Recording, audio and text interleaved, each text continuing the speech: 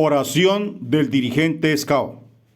Señor, tú que me diste el deber de dirigir, dame ahora la alegría para trabajar, seguridad para disponer y humildad para servir.